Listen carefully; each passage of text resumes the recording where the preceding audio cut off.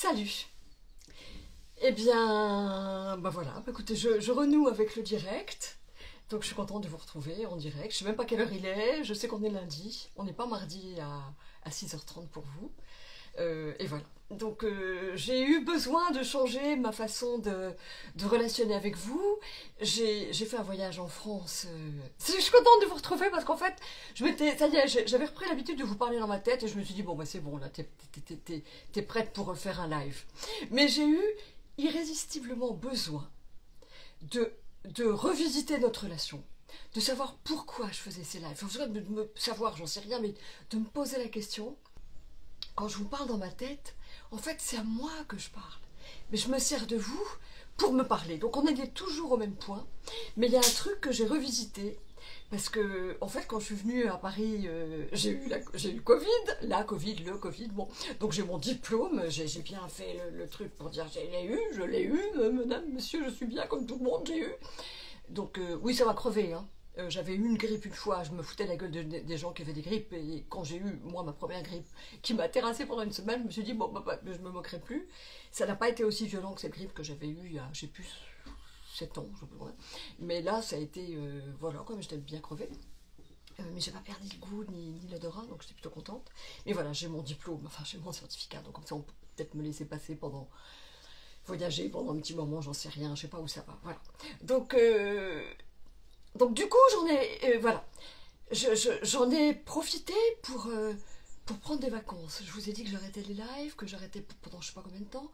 Je vous ai dit que j'arrêtais la newsletter. Je voulais plus avoir de contraintes et je voulais voir ce que c'était que de pouvoir prendre le temps d'aller me baigner, d'aller marcher. Et plus je me baignais, plus je marchais et plus je rentrais dans cet espace de vacuité.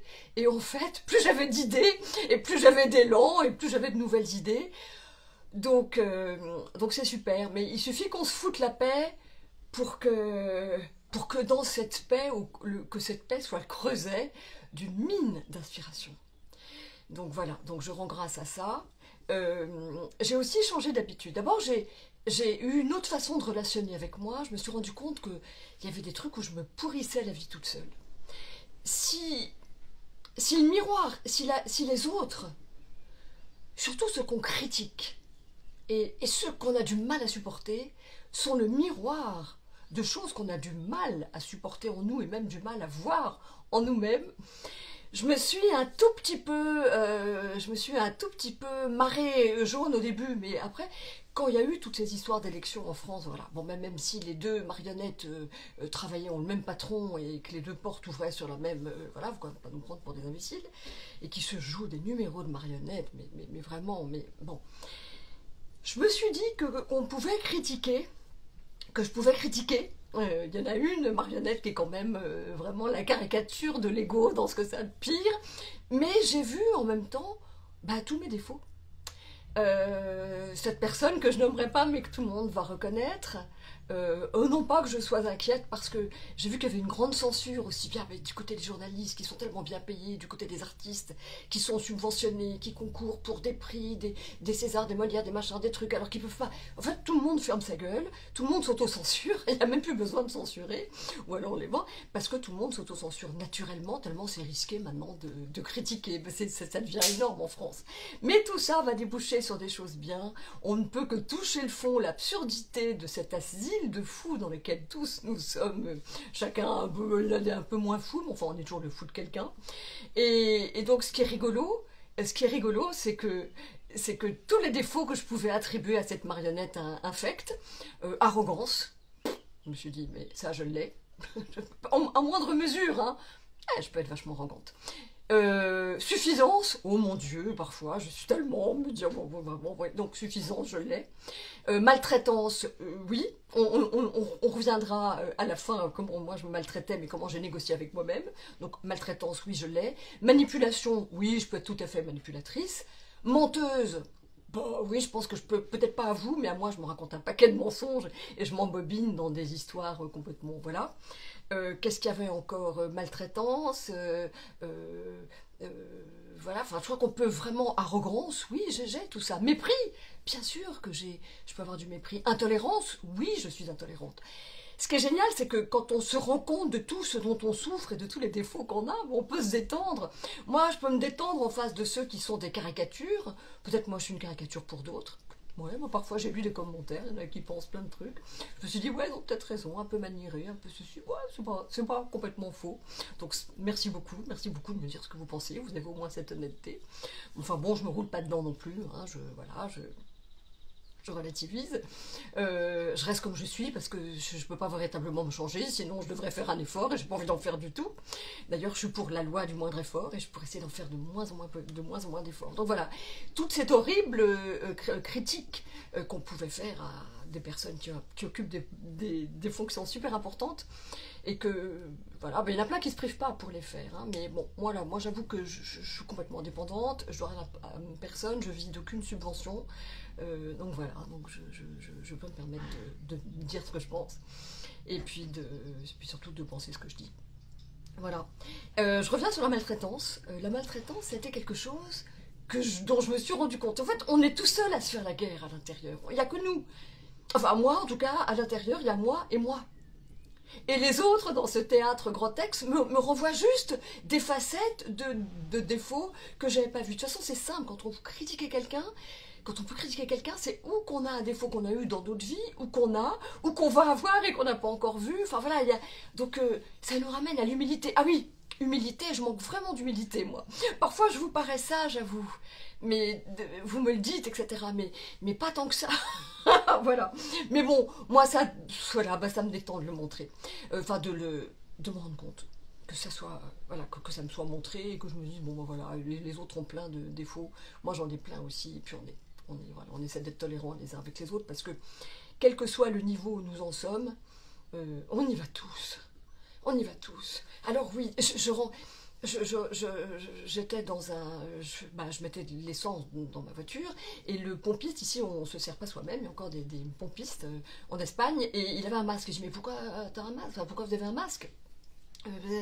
C'est plus belle parce que mon patron me demande d'avoir un masque. Ah, je dis oui, mais tu sais que c'est pas légal, hein, il n'a pas le droit de te demander d'avoir un masque. Oui, mais je peux pas perdre mon travail. Bref, bon.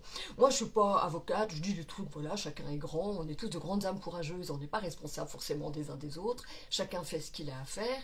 Et puis, soyons tolérants. J'ai failli critiquer ce patron en disant, ouais, mais il est gonflé, il n'hésite pas à masquer ses employés pour montrer, pour manifester une sécurité et rassurer ceux qui ont. Bon.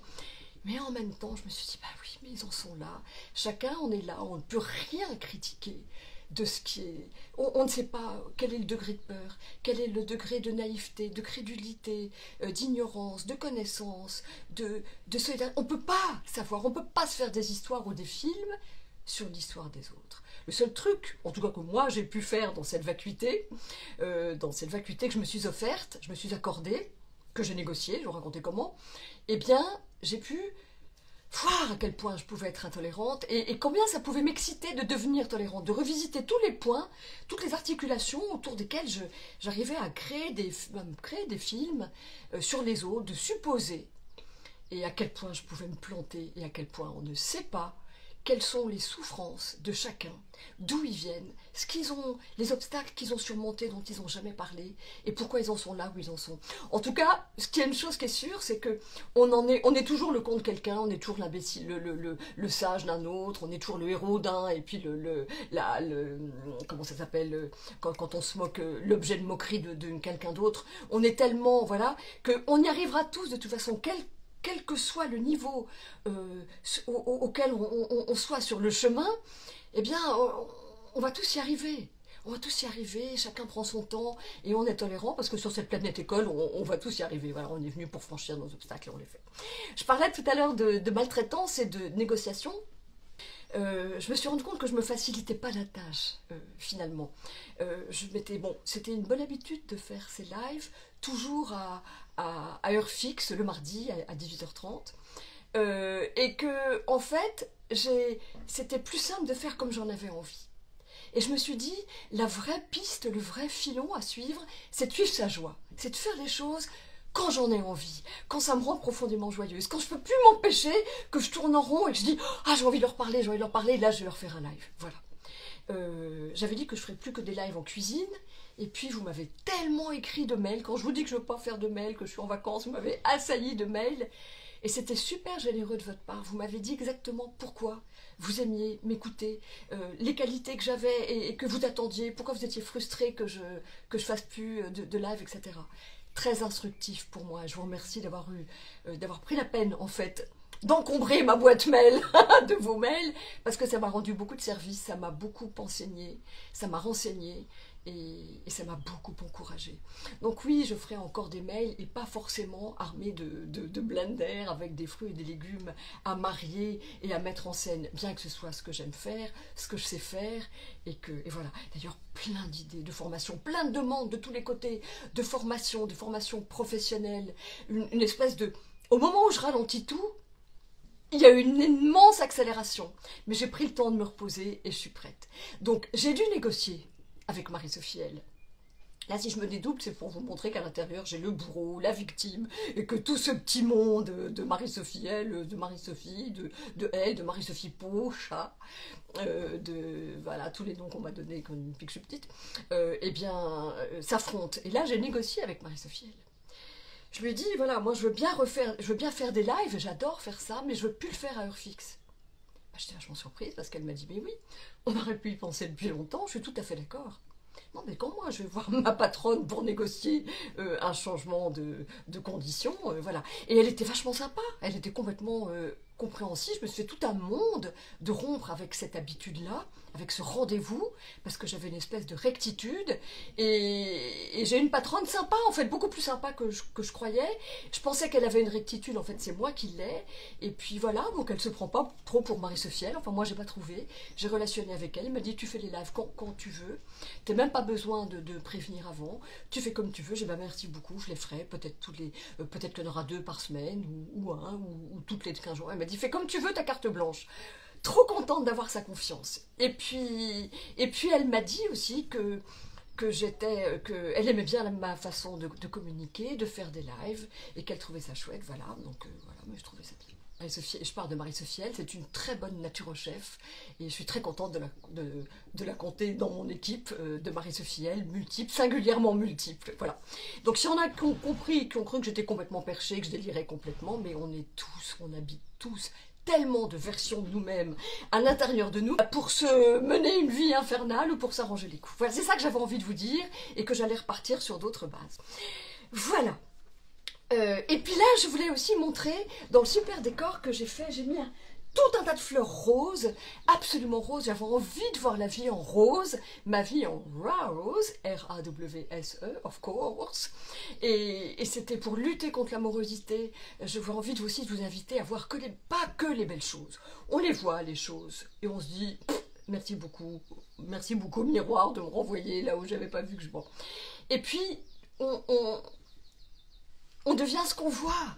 Donc pouvoir voir qu'il y a énormément de choses qui se passent dans le monde et qui, encore une fois, se fédèrent des prises de conscience de plus en plus et une véritable possibilité d'amélioration du monde, enfin moi j'y crois fermement, encore une fois, la lumière de tout ce qu'on a traversé de difficile. Voilà. Donc ça j'y crois beaucoup, il y a plein de mouvements qui se fédèrent, il y a plein d'associations qui se montent, il y a plein de bonnes énergies, il y a beaucoup d'idées qui germent, il y a beaucoup de confrontations en fait, il y a beaucoup d'associations et d'intelligence collective qui se renforcent, qui se fédèrent, qui se potentialise, et là il y a un véritable vivier comme ça, comme une viveria de plantes qui germent et d'idées qui vont maturer pour arriver à faire un monde plus équilibré, plus juste, celui dans lequel on rêve tous de vivre, pas tous forcément, mais voilà, où qu'on en soit, on rêve quand même. Je vous dis à bientôt, à tout bientôt et à tout le temps. Salut à vous!